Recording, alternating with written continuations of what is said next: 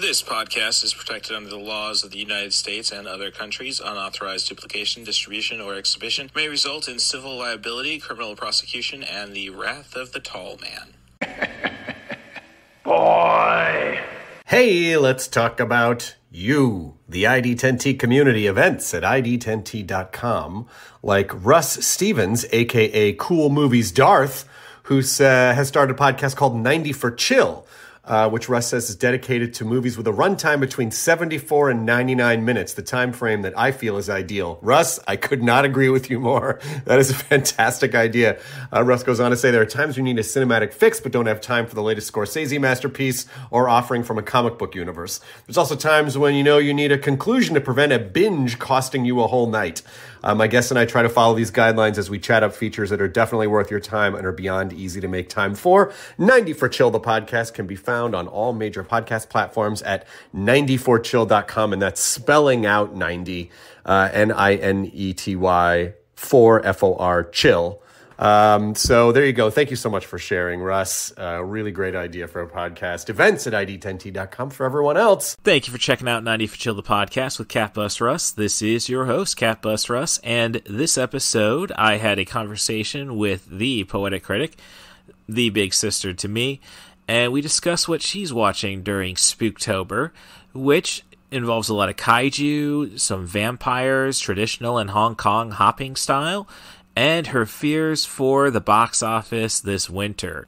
But before we get to that, I decided to fill in the R section of this year's trip through Allie's accessory shop on Etsy's Trash Feature Revue with a Danny Trejo knockoff on Shocker, I suppose, is a good way of defining Reaper. I should have probably just stuck with a kaiju theme and found a copy of Rodan, but I digress. Let's get on to that movie, and then we'll get on to our conversation with the Poetic Critic. Little Hand says it's time to rock and roll.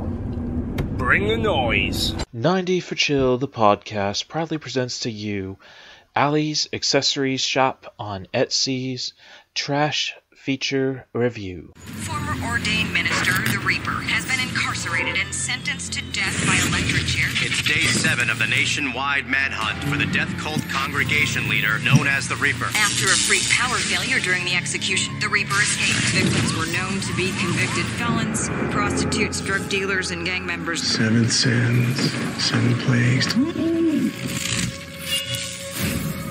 You want to live? I got to get some sleep.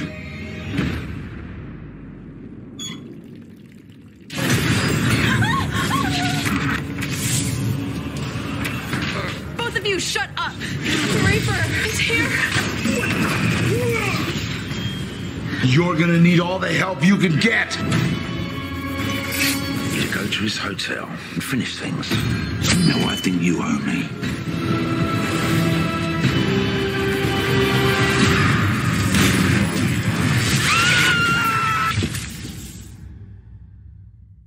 Reaper from 2014 seemed like a... Well, it seemed like a garbage flick, but lots of potential. So the film has in its cast Danny Trejo, Vinnie Jones, Jake Busey. I mean, if you're going to find something on Tubi that's horror-related, that sounds like a pretty solid lineup. It's the story of our nameless girl who's doing her best to con some drug dealers and mafioso types. Vinnie Jones, the head of the the head mobster. It starts with her, hitching a ride with Jake Busey, using whatever she can resources there. Meets up with the money guy for Vinnie Jones at a diner where the character is operating pretty much in view of everybody. Lots of silly things, and a little more over-the-top characters could have probably made this fun. Now, Jake Busey isn't long for the film. Danny Trejo is pretty much what you think Danny Trejo would be in real life. I mean, aside from a current drug dealer. He's likable. Our protagonist is, you understand her game and her motivations. Not a well-written character by any stretch of the imagination. Our protagonist, portrayed by Shayla Baszler, is just trying to steal enough money to go and get her mom the life-saving surgery she needs. While all of this is happening, a cult leader known as Reaper survives his execution, escapes from prison, and is going back to his own stomping grounds, which of course all of this activity is happening in. So the problem mainly with the story is the fact that, okay, once we establish our characters' motivations and all the stuff, this could have been done maybe in a half hour, cut out Jake Busey, and then it should be just running away from essentially a murderer or the cult leader who is Shocker. He uses electricity to kill everybody, can jump around like nothing, no restraints. Shocker goes in the machine. That's what I was kind of hoping for, and you're not going to get it. The effects are pretty lousy, all CG, and some of it's just silly when it comes to shooting people or stabbing people. Vinnie Jones is pretty much the best thing about the feature in the end, because he's the only one dialing it up to 11. I definitely appreciate, but again, it's just a movie that makes no sense. As I say, visual effects are all CG, and direction takes place in pretty much a small hotel, so there's no room to direct, and he's still not able to keep everything in frame. So definitely one to pass, but I don't know, I probably would have enjoyed this more than other options for the R feature for Ali's Accessory Shop on Etsy's Trash Feature Revue. I originally went and decided I was going to try watching another Danny Trejo movie, Recoil, where it's Steve Austin versus Danny Trejo. But then, oh no, that's not horror, it's October. But before that, it was Rollerball 2002 was a feature, and that just looked stupid from the scene they were showing us. Misses the purity of the game of Rollerball, and that's such a disgrace. So it's unwatchable before I even get a chance to watch, I suppose. So that is Ali's Accessory Shop on Etsy's Trash Feature Revue, and on to the show.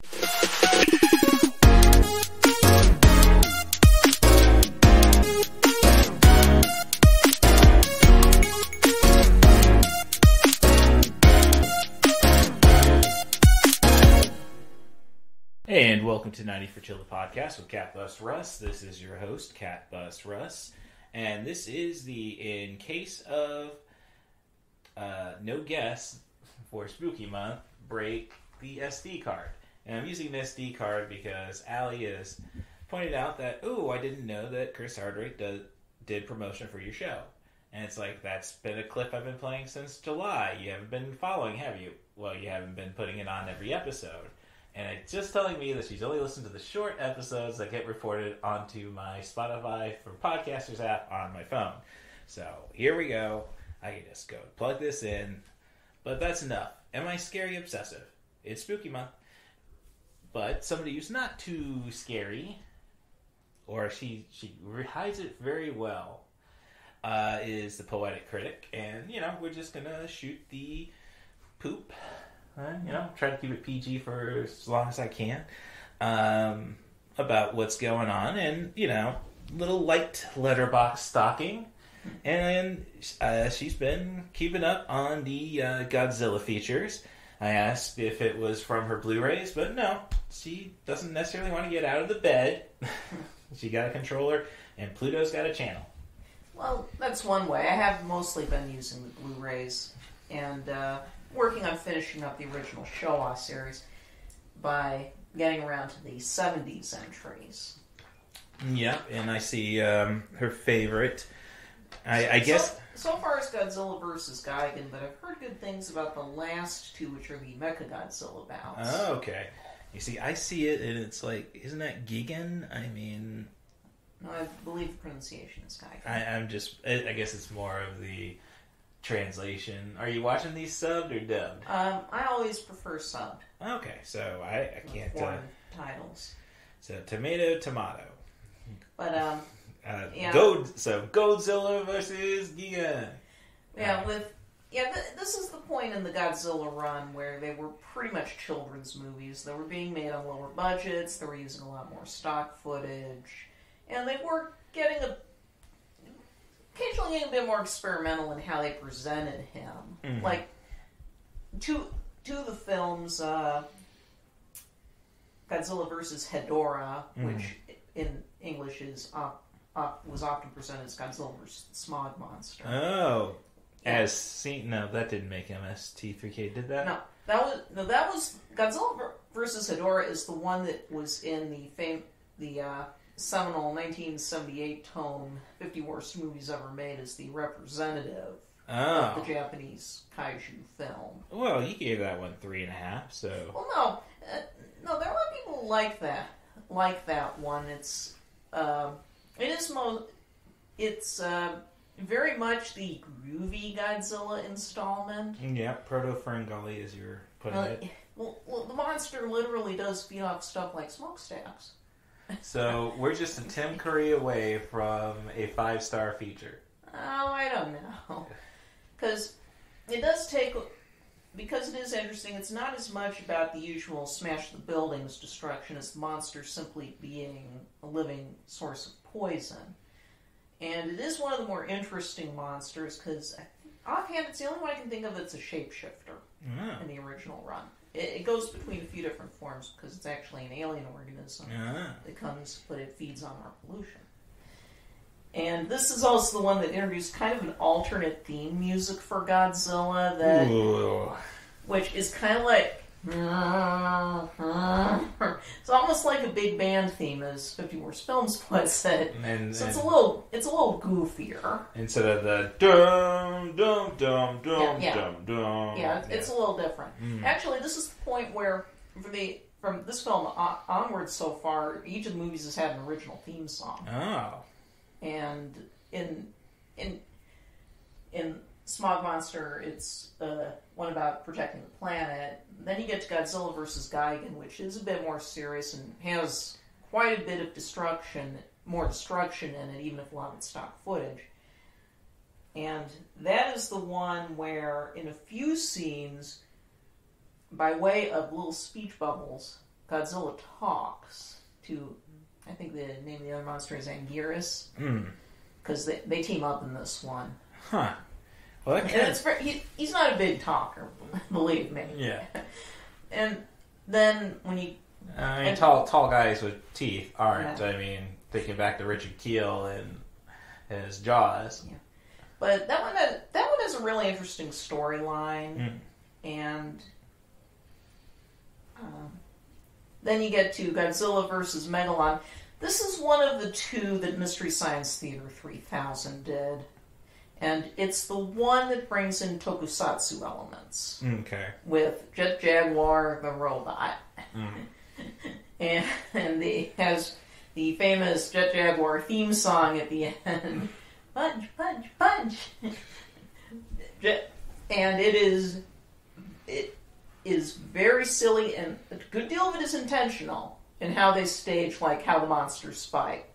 Because by this point in the series, they discussed this in the liner notes of the Blu-ray set, that a big thing that defined how the monsters fought in the movies from King Kong vs. Godzilla onward was growing popularity of pro wrestling in Japan. So this is very evident when you get to Godzilla vs. Megalon. It is a lot of it's played very humorously. This is the infamous drop kick.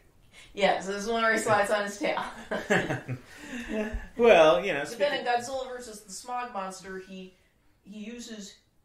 able to fly with the help of his famous atomic breath. And we're really experimenting with Godzilla's skill set in each of the films by this point.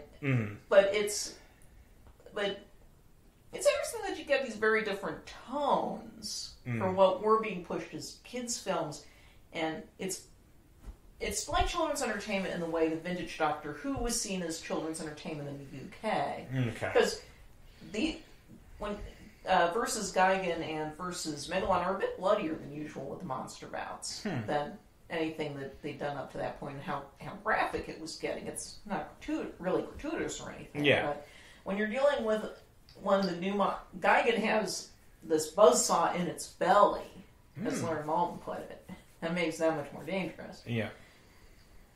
And so yeah, I just have the 2 Mechagodzilla films to go, and my understanding is that's when they took a turn for the more dramatic again. Well, I mean... Well, the last one's actually directed by Ishiro Honda, who directed the original film and some of the other early installments. Okay. And aside from, I mean, I see you checked out Svengoolie's movie. Well, yeah, it's a short documentary. Oh, okay. It was just long enough to qualify as a little TV movie, and it was good. It's from last year, but, you know, I'm really fond of Svengoolie, and MeTV's really been going all in this year. They've been doing double features. Okay.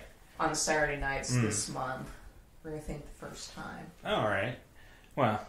I really like the horror host shows. Yeah. Catching up with those. So, no, right. But also I've been looking at, Criterion Channel's had a bunch of interesting collections right now. Mm-hmm.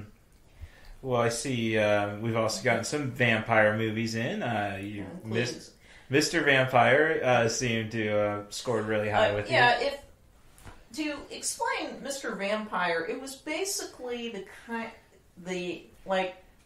it's probably too easy to just say it was the Hong Kong equivalent of Ghostbusters, both this tone of the film and how popular it was.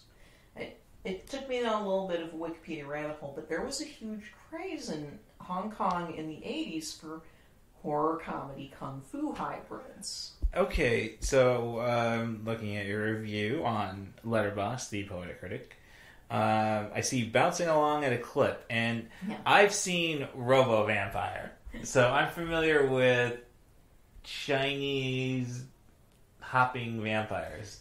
Yeah, the basic idea. But Robo Vampire is not a good introduction to that. No. I'm just saying, are we getting hopping vampires in this movie? Oh, yes. Okay. Well, this is what popularized that on movies for about, 7 or 8 years. There were tons of these kind of movies being brought out. And Mr. Vampire, which was a series produced by Sammo Hung, who also did the proto-film in this genre, a film called, depending on the translation, Spooky Encounters or Encounters of the Spooky Kind. And that has a long sequence with a hopping vampire in it. And from there was this whole series of movies called Mr. Vampire films, which only the last one was an actual sequel to the first. Okay. They were all movies just taking hopping vampires as a jumping off point, so to speak, for horror comedy adventures. Okay. They have the same actor in most of the films as the good priest who serves as to head up heroes, and they give him 2 wacky sidekicks. There's often a romantic subplot where one of the sidekicks gets seduced by a ghost. Pretty female ghost too. Yeah, that's what happens when you're the Aykroyd. And another vampire movie you saw, which I don't know why the Cinema Snob video wasn't enough for you. Billy the Kid versus Dracula, starring John Carradine. Yes, it was the 3rd time he played the character. Oh, wow. Well, he was the substitute after Bela Lugosi didn't want to reprise the role for Universal. He started doing the crossover films. He was brought in. Okay. I mean, he did a pretty good job. Well, I mean, he did a very good job, judging that there's so much day for night shots in this movie. Oh, yeah. What impressed me is the movie was clearly making an effort. In a lot of ways, it's just one of the 40s run of the Universal films again. But it doesn't have the budget to really pull off. Also, there's not really any reason for it to be specifically Billy the Kid versus Dracula. This could have just worked with generic werewolves and gunslingers. Well, vampires and gunslingers probably would have been better off. Feels like you're not really leaning into the full potential premise otherwise. Yeah. So I've seen the sister. There was a sister film to it, Jesse James Meets Frankenstein's Daughter. I've heard of that. Yeah, I saw a lot of that when there was the short-lived revival of the old Elvira's movie, The Cobb Show, that ran in syndication about 10 years ago. They featured that one. Oh, that computer looks... Occasionally having her pop up to make comments during the movie. Mm-hmm. Well, that's a much weirder film. Yes. And another vampire film you saw, you went way back to 1920 with Genuine the Tragedy of Vampire. I was just looking for some more shorter form silent movies. Well, 88 minutes, that's pretty long for silent. Well, actually it comes across more like 40, depending on the speed how these things work. Yes. I'm not sure if there's longer restorations out there. It's often hard to tell. Because, in any case, there's not a lot to it. But it's the same... It's German film, and it's the same director as Cabinet of Dr. Caligari. And it has some of the same expressionistic elements. Okay. And it's not the kind... A lot of people don't quite get how vampire kind of had multiple terms back in the early 20th century. There's a reason we call the bad girl character a vamp. Yeah, okay. Because it's the idea that she's a woman who seduces men and leads them to the dark side. And this is what this one's about. Okay. And it is a pretty interesting little film. Expressionistic films often are. I like them. And looking elsewhere, I've been working through... Don't forget Hotel Transylvania if we want to keep up with the vampires. Yeah, I like that one a lot. I was catching up with this. I can kind of see why these have a bit of a cult following in the animation community with Jenny Tarkovsky's work. Because just for the sheer expressionism of the animation in a genre that, in this country at least, has become a little... We're kind of struggling with at this point in the look.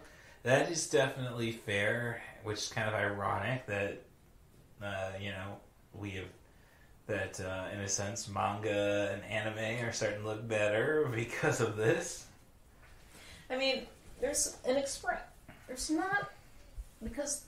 Well, I'm just saying, big mouth, small eyes. Little mouth, small eyes. But, Well, I was thinking more that people trying to... What impresses people, from my understanding, about how the animation in the Hotel Transylvania films works, and Tarkovsky did the first three, is that it goes back to more classical American animation principles like swash and stretch and the very deep, extreme designs. Right. Or, like, the expressiveness is funny to watch. Yeah. No, and that's something you don't really get in Disney or even Pixar at this point. Well, I can't really say outside of Monsters, Inc., did I really get a lot of stretchy faces. Right. Maybe Cars, since, they're freaking cars and don't have faces. Well, like, there's an expressionism to the humanoid characters that we're not really seeing in Disney's work anymore. And it brings me to how this year we're seeing more experimentation with, what people are trying to move away from is photorealism. And in terms of your backgrounds or how the characters move. And you see this response in how well stuff like the Puss in Boots sequel or Spider-Man Across the Spider-Verse is going. Or what Disney seems to be attempting with their big Thanksgiving title this year, Wish, although I don't really see an appreciable difference between what that movie looks like and what the Frozen movies do. Well, I mean, Disney's got a look to maintain, but with all that said, would you rather we go back to the, how long did it usually take for because now if, you got a good enough CG model, you can copy and paste wherever you want. I don't care if Hollywood says they don't do that. They definitely do that. Back to how long it took for movies to come out back when we were growing up. Like, we had 2 years between The Little Mermaid and and Beauty and the Beast, and you said, well, there's Rescuers Down Under and DuckTales, but there was no real big 93 movie that comes to mind during the Disney Renaissance between 92's Aladdin and 94's The Lion King. In what, Pocahontas is 96? 95. Well, see, that's what I'm getting at. It's like, no, let it cook. Well, no. I have to wonder if that wouldn't be a better approach at this point. Yeah. That's... Even, I remember when The Lion King came out, that Gene Siskel enjoyed the movie, but he said he didn't really like the idea of Disney just cranking these things. Oh, and Hercules was 95, and I think that was... Hercules was 97. Oh, okay. Well, they take 98 off? No, that was Mulan. Oh, okay. And then 99 was Hunchback. No, that was... That was Tarzan. Hunchback was 96. Okay, see, but the point is you're filling in the holes, and maybe that's what tells you they need to make things cook a little longer if I can't put them in the right spots. Mm-hmm. Okay. I mean, otherwise on your recent list, I mean, I went all the way back till Crush Groove. Well, that does mean I'm thinking we can go from Frankenstein's Monster in Hotel Transylvania to Frankenhooker, which is one that is... I know I got to watch on Shudder at some point. Yeah, like your horror comedies. Yes. Like, there seems to be a bit of a slant towards that in the Criterion Channel's 90s horror collection. Mm-hmm. Well, not just horror, but more the low-budget side of horror that decade. Mm. And those kind of horror comedies are fun, too. Yeah. But... I mean, it seems like I've seen Bride of Reanimator, but this one seems to be like, all right, yeah, I could probably use Jeff Combs, but it definitely seems to not take itself overly serious. No, it's very much a comedy. Yes. And I see you saw Ginger Snaps, which... It didn't do as much for me, given its reputation. Mm-hmm. Well, I mean... An hour 48 is a little long, yeah. I will give you that. Righty. I mean, I like... Well, okay. Maybe me being the same age as the actresses is like, yeah, I'm kind of getting into it. And Catherine Isabel's done a lot of fun movies. Mm-hmm. Like, if you want to...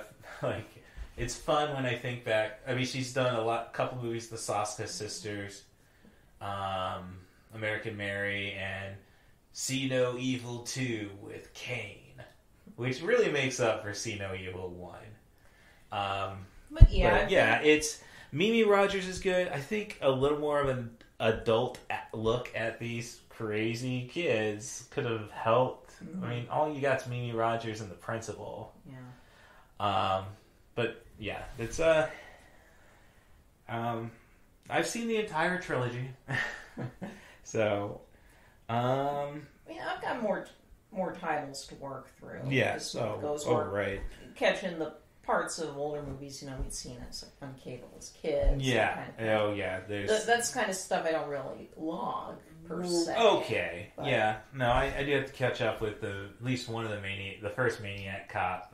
It's currently on the No on 13 all-cast Slashing Prices series. Mm-hmm. But let's see. Otherwise, I mean, if you want to talk about the future of cinema, we can get to there. But the future of physical media. A coworker of mine at my liquor job told me that an electronics store, and I've checked the internet, Best Buy is doing away with physical media for films. Video games, and it's obviously why the video games, because Sony, Nintendo, and Microsoft don't want to stop selling video games. Right. So, but yeah, there's been talk about more and more attempt. It's been okay. We seem to be culturally on the fence about physical media at this point, because for every report you hear that places like Best Buy aren't going to sell them anymore, then you get on the other side of the coin how companies are boutique companies like Criterion Collection, Arrow, Arrow, Severin, Vinegar Syndrome. That was what I was trying to think about when I was talking to a friend. Yeah, they are really thriving right now. Or Kino Lorber. Yeah. Have really been thriving lately because they're dipping into a lot of these more obscure titles, and what the big studios now count as obscure these days seems to get wider and wider when you see all the 80s and 90s big studio titles that Kino Lorber has to pick up because the big studios won't do anything with them. Well, it's like we're suddenly really on the fence on where that's going, especially as the streaming bubble is, if not, one can argue it's already burst. At the very least, it's deflating quick. Oh, no, the moment that Max is now saying, hey, subscribe and we'll give you a month of Bleacher Report, or telling us, hey, go to AMC Plus. Yeah. I mean, it's just like, it's turning into cable. Yeah. And that's why I agree that... Well, a lot of us really prefer cable. You see where ad-supported services like Pluto TV and Tubi are just thriving at this point. Again, because they're picking up a lot of the catalog titles again. You look at Pluto TV right now, they've got an improving 24/7 selection. Tubi, of course, is thriving. It's in a lot of ways it can work as a poor man's Criterion channel, depending on your tastes. I know I watched a YouTuber, can't remember what it was, but he was basically just offering, hey, here's the 15 most effed up movies you can see on Tubi right now. Well, you've seen the new ad campaign Tubi's running. No, I haven't. I've just started seeing it, actually. Well, YouTube has started showing me, oh, you only got a blowjob at this first date. You need a 3-minute video about this sex toy. Never mind the bear hoodie. I'm not getting the good ads. I don't know what you're doing. Well, Tubi and this is during stuff I've seen on Pluto TV. Tubi's running a Find Your Next Rabbit Hole that's saying stuff. On Tubi, you can find shows, telenovelas about drug smugglers who use obscenely long boats. Or stuff gags like that. Okay. But another thing is Disney has announced they are no longer going to do physical media releases in Australia. At the same time, they're finally bringing out some of the earlier seasons of the Disney Plus originals in hard copy format in this country. Yeah, and Steelbook. I'll give them credit for that. So and overpriced. It's a weird time right now, and it's going to be interesting to see where we come on the other side. Yeah. And it's similar to what we're seeing theatrically right now. Because, I'm glad to hear about the thriving market. It looks like there's more and more of a thriving market for special event things like this Taylor Swift concert film or the upcoming Beyonce movie or various fandom events, because they added a bunch for the end of the year. And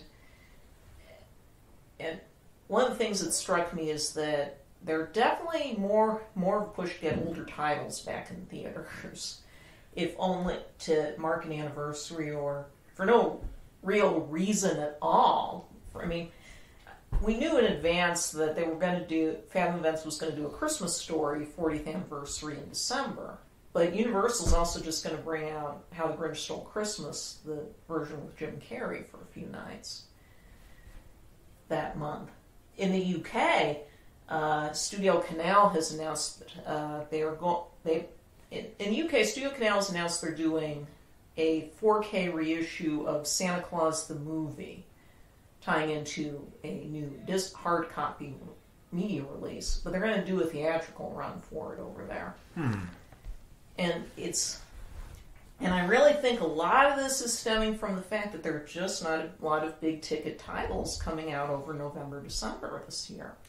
Well, you gotta spread out your lineup to cover the fact that you couldn't make more stuff. Yes, the strike was a big issue and remains one. Yes. But it still seems like studios were not really pushing to do big, wide release titles anyway, if they feel they have to. I mean, Dune Part 2 was going to be huge, and it'll probably do fine next March, but it's not going to be the same environment it would have had if it had come out at the end of this month. Because, for one thing, Warner Brothers currently has the next MonsterVerse movie opening shortly after that, also for that month. And that means taking away IMAX screens, when Dune Part 2 was pretty much going to get IMAX for all of November. But as it is, in November, the offerings are really thin if you're looking for a big general interest title. Well, let's just say I'm into the Marvels. And no, everything I get to see trailers for, ThePoeticCritic poo-poos on. I'm sorry. You had me sold with Oompa Loompa Grant. Having seen the final trailer, which was dropped this week for Wonka, that one leans on Hugh Grant as an Oompa Loompa like a crutch. As it... That's not a crutch. That is a foundation. They're showing like whole scenes at this point of just that. And it doesn't speak well for what the rest of the movie is if they don't want to focus on the fact that, one, this is a musical. Okay. There's no indication in the trailers, aside from Grant singing the Oompa Loompa versions of the Oompa Loompa song, that we're going to get songs. Okay, but both Willy Wonka movies we've had since 1971 had songs. Yeah, so why would you be ashamed of bringing up the songs in your trailer? I mean, like, I don't know. I don't know what to say. I never really got to see the trailer for Willy Wonka. It was a VHS tape we played the hell out of when we were kids. Sorry we didn't ask Uncle Jimmy, oh yes, can you go and give this a special treatment process? Like, it was VHS. We didn't know that you were going to at least get the trailer with every DVD purchase you made. Right, but... Unless it was from a lower brand or Sony in the early noughties. Like, I'm just not... I get pissed whenever I have to turn off the air conditioner so I can listen. So, oh great, no subtitle track on the Wraith. Yeah, but with Wonka, it just seems so twee for a Willy Wonka movie. That is the essence of Timothée Chalamet. Well, that's the thing. Maybe everyone kind of had a hope that he could pull this off, but more and more, I think people are having their doubts. This is the big gamble he's taking. He can prove we can finally forget about Johnny Depp. Get over him. The other weird thing is that you look at this. They've also released the final trailer for the Disney film Wish, and for one, it's weird. They both have virtually the same main character. Oh, I'm wacky and adorable and awkward. And winds up with a deep-voiced sidekick that obviously the movie's going to lean on like a crutch for comedy purposes. Okay, going back to the No on 13 podcast. Drops every Friday. After the spooky season, I'm thinking about moving 90 for Chill podcast to Wednesdays to give Tuesday solely to Not a Strong Start. So, but I digress. But they did Monster Squad. And look, there was a great Saturday Night Live sketch with the Pedro Pascal episode where there was a trivia show about movies, and none of the people knew anything about movies post-1990. Yeah. I'm just saying that with No on 13 doing an episode about the Monster Squad, and you tell me high-pitched, wacky characters and a deep-voiced sidekick, that makes me think of Frank and the Monster Squad. So it's kind of like, I think that's what we want. I don't think so. No, if it was more like... It is kind of weird that Wish just gives off to me the vibes of one of those 80s shenanigans fantasy movies. The kind that Amblin made a lot of. Harry and the Hendersons, or... Yeah, I know. That was a DVD I got for Christmas once, and I just never opened up. It's like... Or Batteries Not Included, especially. That was one... that one had the cute robots, but that was a pretty heartless movie after that. Or is it something like Solar Babies? Which, the more you keep saying, this is Solar Babies, and I'm saying, no, it's City of Lost Children, and it's like, you're just telling me to watch Solar Babies. We can all agree we're going to skip The Serpent and the Songbird, correct? Hunger Games? That's the Ballad of Songbirds and Snakes. Wait, see? I'm just telling, I got the snakes, I got the bird. And that's one of the only other big November releases, though. Yeah. I'm sure there's some interest in Napoleon, but I'm not sure that's the kind of film people are going to rush out to go see on Thanksgiving weekend when, they've got two animated musicals on the market. Yeah, no, I would have probably just got your... it all depends on how much money was dropped into it, I suppose, because that sounds like something, you might want to just drop it late December, get your Oscar nod.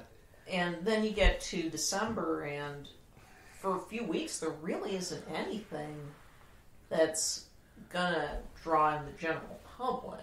There's a bunch of awards contenders, but I don't know how wide something like that. I can't remember the titles. They kind of blur together. Mm-hmm. Until you get to Wonka in the middle of the month. And then after that, there's the Aquaman sequel and Migration. Next, the Illumination cartoon, and that's about it. Yeah. Well, so there are people looking forward to the musical version of The Color Purple. I'm not. I don't need my songs with domestic abuse. The Simpsons proved it doesn't work. Stella, can't you hear me yell? No.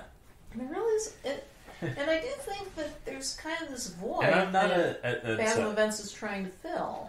Well, thinking of musical and domestic abuse, again, I'm not a fan of Little Shop of Horrors. Mm-hmm. But, once we eat Steve Martin, I'm kind of out. Yeah. Have you ever seen the director's cut? Oh no! I do love the finale, but I get bored with all the melodrama, trying to yes, our nerdy hero who murdered. Well, the point of the stage, how it plays out in the stage play, to put it simply, is much closer to the original source material. Oh, I would imagine. The director's cut, pretty much the whole last half hour or so is different because it does see through the story to the logical end point of Seymour making a deal with the devil. As another critic put it, it ends with Audrey 2 taking over the world. and the story goes was that the reason it didn't go out that way was it completely bombed in test screenings. Right. Well, I think about it, it's like, well,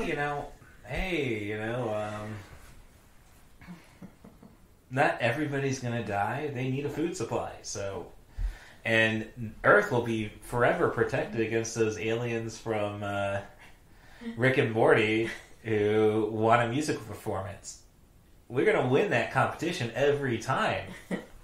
But more power to Audrey too. Yeah. But I just haven't felt. I think some people have been pointed out that we were all just getting back into going to theaters again, and we were seeing a few genuine events come up, like Barbie and Oppenheimer doing as well as they did, or how Elemental, even if it was not quite enough to be profitable on that giant budget, held on for much longer than people expected. Oh, no, I think it might make its money back on... No, it'll probably be fine in the long run, but that isn't really what the studios want right now. They need to see results very quickly, and for a lot of these movies, that's just not happening. No, it's...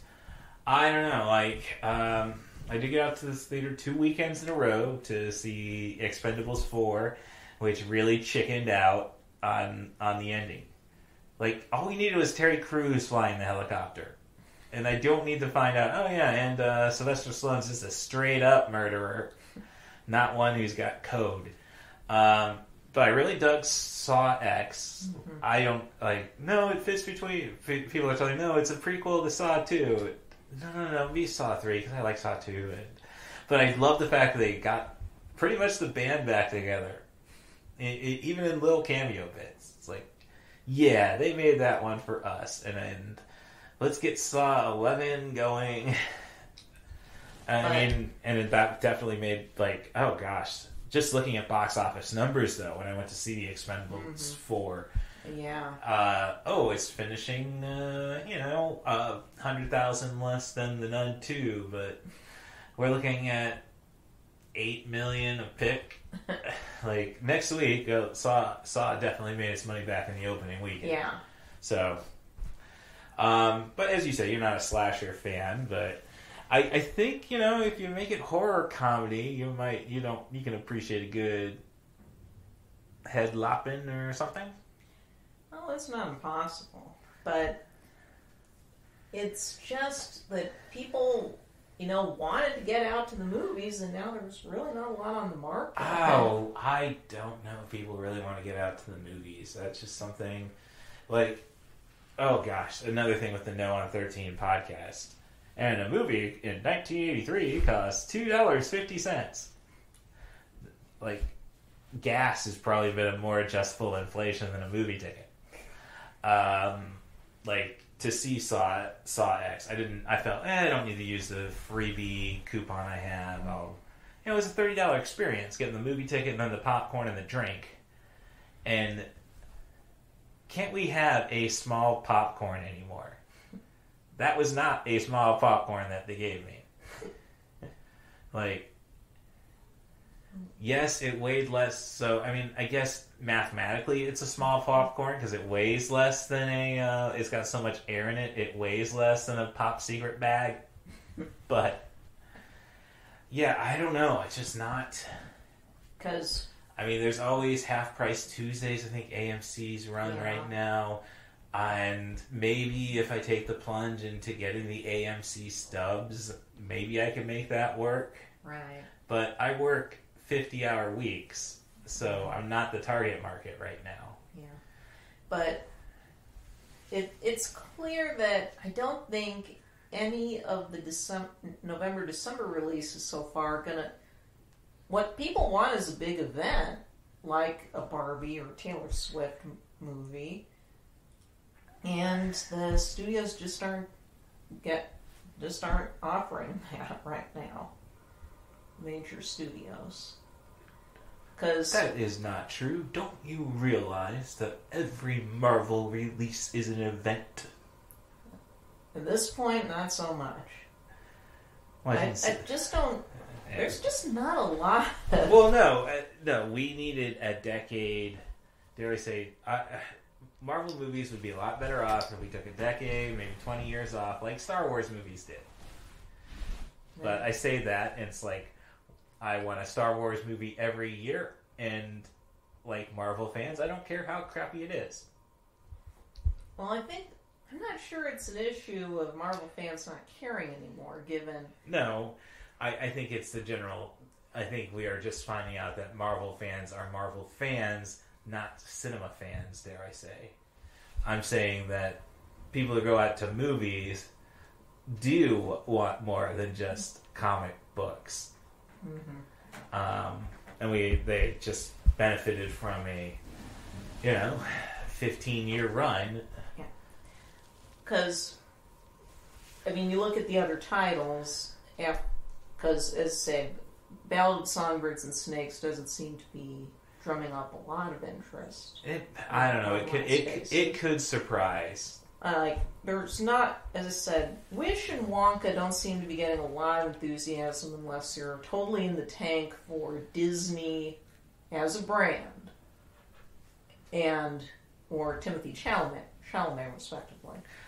But I think Disney really stepped in it with the second trailer for Wish, the full-length one, because a ton of people after seeing that were on the villain's side.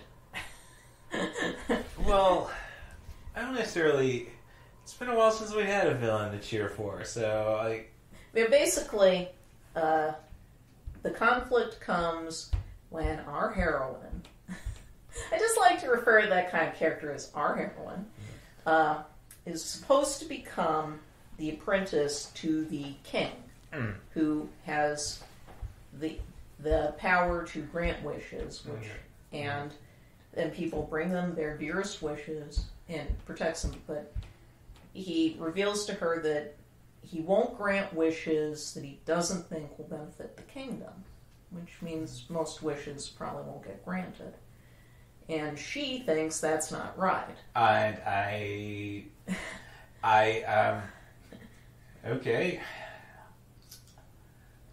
I'm gonna say that the king so is the king here we go. So is the king the antagonist? Yes. Okay, so no. Now we're getting political here because it's a classic Disney style villain like Jafar and Maleficent. Right, and I'm saying that, what I'm saying is that I'm thinking like, okay, that only benefit the kingdom. Well, I'm here for a goat-led revolution. So no, you've just sold it. See, you've sold me further on this movie. Well, that's the problem, though. The trailer doesn't make it clear why the king isn't good. Well, that the king has really got this huge ego and is just trying to have a hold on power. But the trailer doesn't make that clear, and a lot of people didn't understand why he's supposed to be this bad guy. Because he is a freaking bad guy. Because you're like, what's a wish going to do harm? That's just it. Well, what is the plot of any comedy movie where a character gets the power to grant their wishes or other people's wishes? Well, what happens when the regular person gets that power? Shenanigans. Yeah. And I'd rather live in a world of constant shenanigans than. So you ever have a lot of people thinking, "Oh, is this going to be like Bruce Almighty?" Well, but see, again, this is like why we like Bruce Almighty, making Steve Carell try to save the world. That was a dumb idea. Believing that Morgan Freeman would be the type of God to go and drown us again. Well, yeah. If you've seen the movie, it was a little more complicated. But I'm just saying that's a premise. I'm not like. I don't want to see evil Morgan Freeman. He wasn't.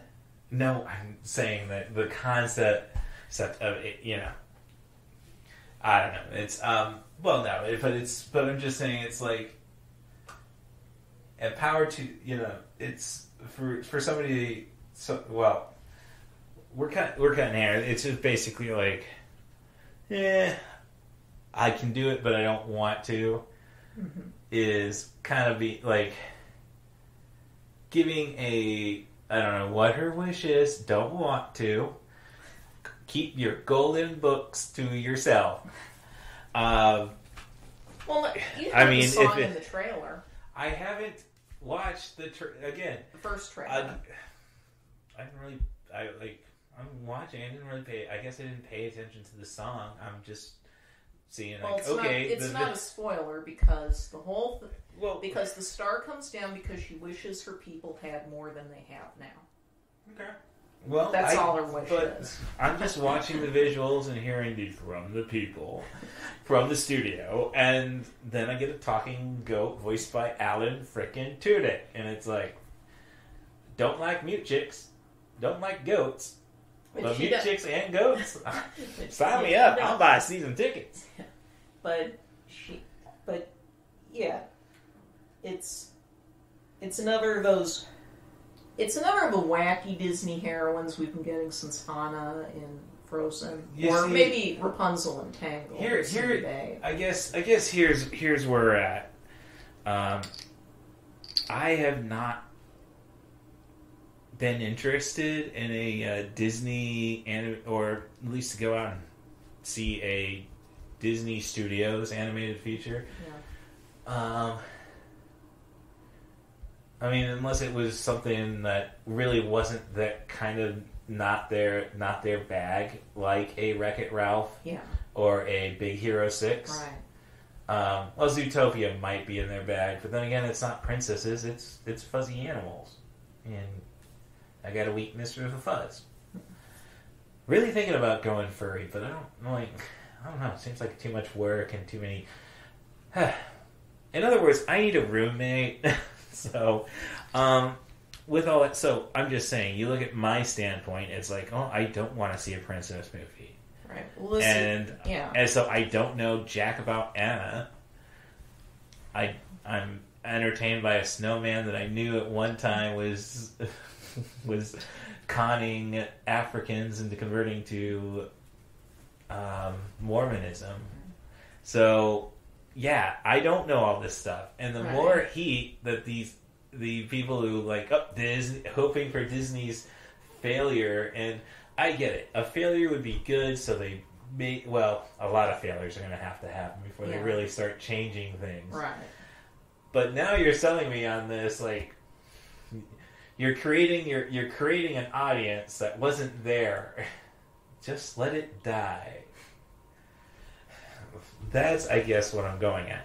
And the same thing with the Marvel hate. It's like, no, I don't want any more Marvel movies. As I said, for 20 years, I'm done. They're not Star Wars. Give me all them lightsabers.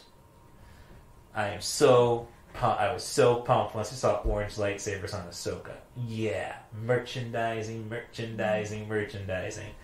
Another excuse, get another saber at another con. So, I guess, I don't know. So that's, I guess, I don't know.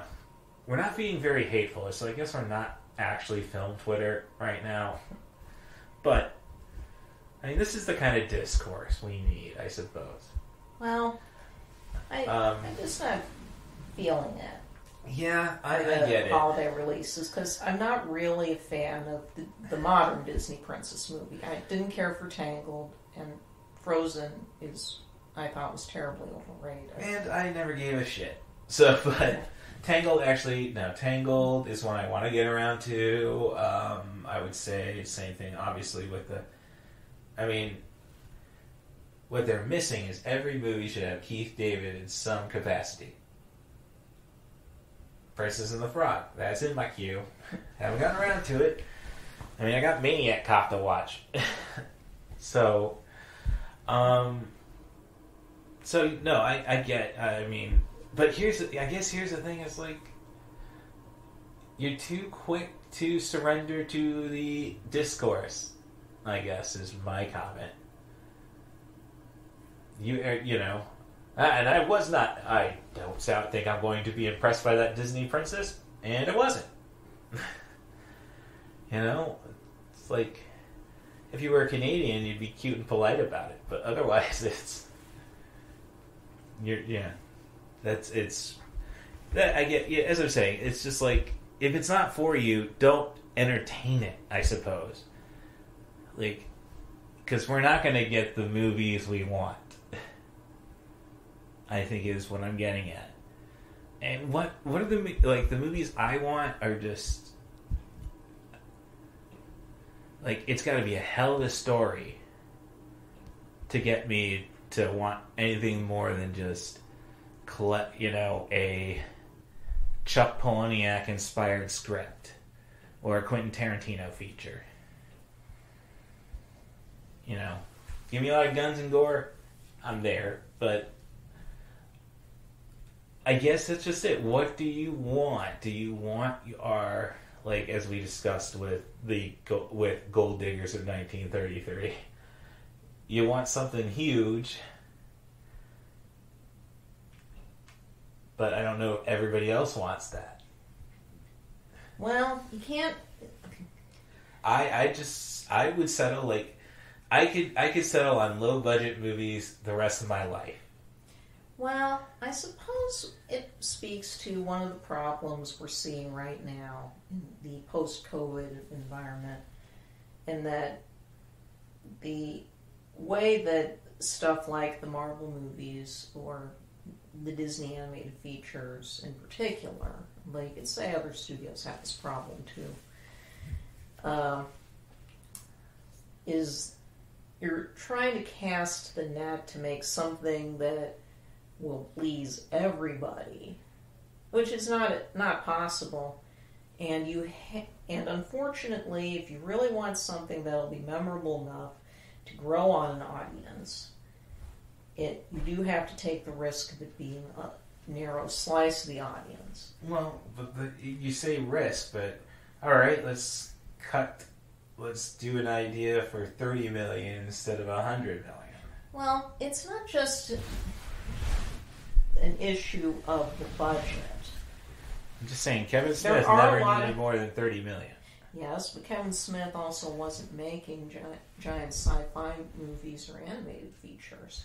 You don't need, but like my favorite sci-fi movies recently are like Dark Star, or a lot of 70s favorite, Dark Star, Silent Running. I can make that in my now I want to have a basement so I can say I can make it in my basement.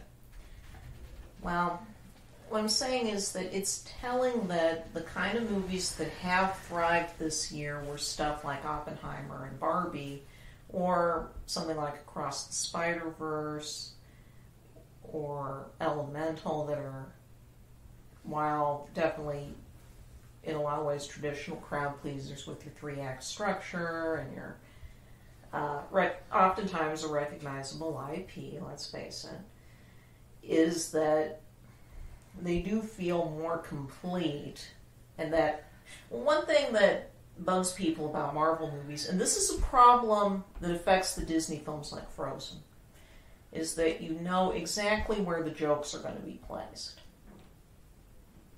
You know that they'll never let a serious moment land without making some kind of joke a few seconds later. And you know what kinds of jokes they're going to make. Are you not a fellow member of Gen X? That's what we do. I don't think that's what we are. We are the Leonardo DiCaprio from Once Upon a Time in Hollywood meme.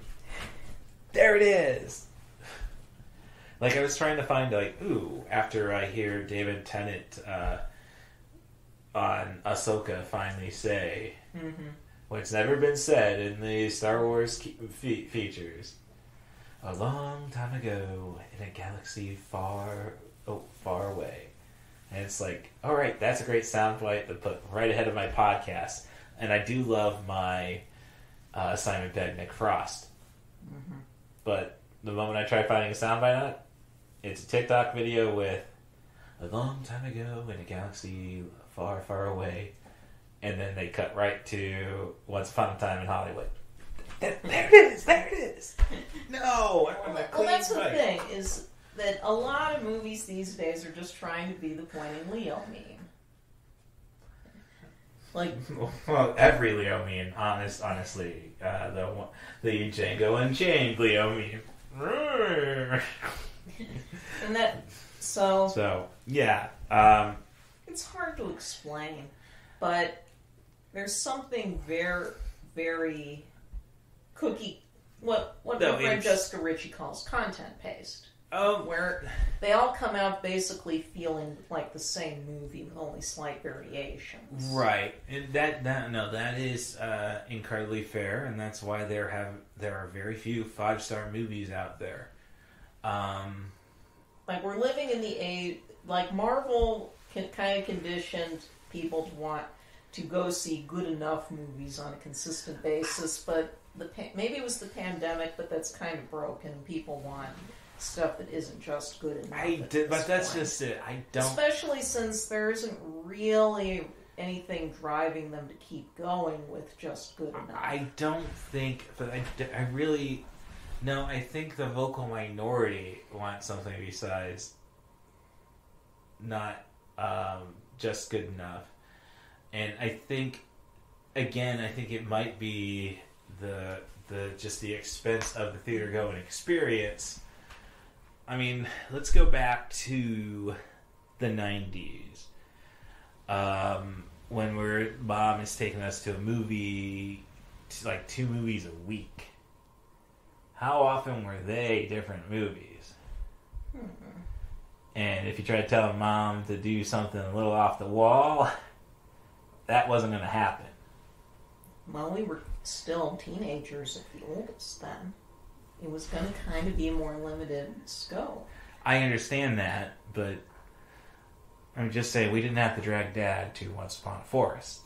That's true. Okay. So, but we know Mom would not take us to see Once Upon a Forest. Yeah. Or Ferngully. Mm-hmm. Like, I mean, she was kind of poo-poo on cartoons. Like, well, it's hard not to have been. Well, I mean, I'm just saying, well, now we're just going into, I think that she thought the pinnacle of Disney was Robin Hood. Well, for some people of a certain generation, that might be. Well, I guess we're just dealing with the... Okay, so we're dealing with a certain point of view. So... we need Hollywood to course correct with another incestuous kiss, unknowing incestuous kiss. Boom. I'm just saying we gotta straighten our act. No, we don't want another a certain point of view opinions anymore. No, it's up to you, but well, I can't think of much else to say. No, it's just good to chat it, because again, it's going around in circles, and I do not have... And, it's going around in circles. So we've come to that point in the podcast, and at least it took us 30 minutes to get there. I still got to edit my episode about we're all going to the World's Fair. And I think we talked around in circles for that one for 2 hours. And and as I say, we talked around that one for 2 hours, meaning there was no development, at least. Sorry, Austin. But so no, this is very worthwhile conversation. So we know that you got your Criterion channel. I mean, isn't that another problem with the streaming? Is that we can get comfortable now? What do you mean? Well, you have your Criterion channel. Uh-huh. So nothing is happening in the theaters. Well, that's no big deal. Well, that's true. It is the way streaming affected how people relate to the movie-going experience. And we do not be underestimated. And I can tell you that the AMC in Peoria does not have the cool seats that the AMC in Rosemont had. So I'm just saying, no reclining, no table for my snacks. Not as fun as it is elsewhere. I'd say the grass is always greener, but do you recall seeing any real grass in Rosemont?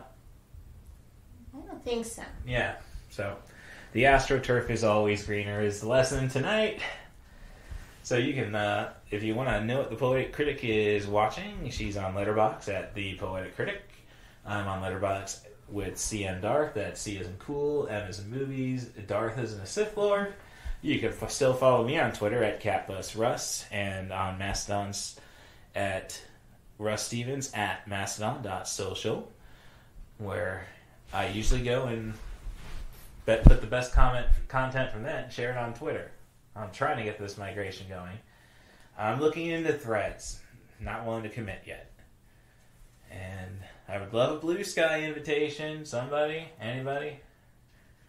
So we'll hopefully have a great wrap up for the rest of Spooky Month. Otherwise, my only other spooky story is I got on eBay to after finding Hellraiser 5 Inferno and Hellraiser 6 at Disc Replay in Champaign. I went to eBay to find a copy to find Hellraiser 3 and 4.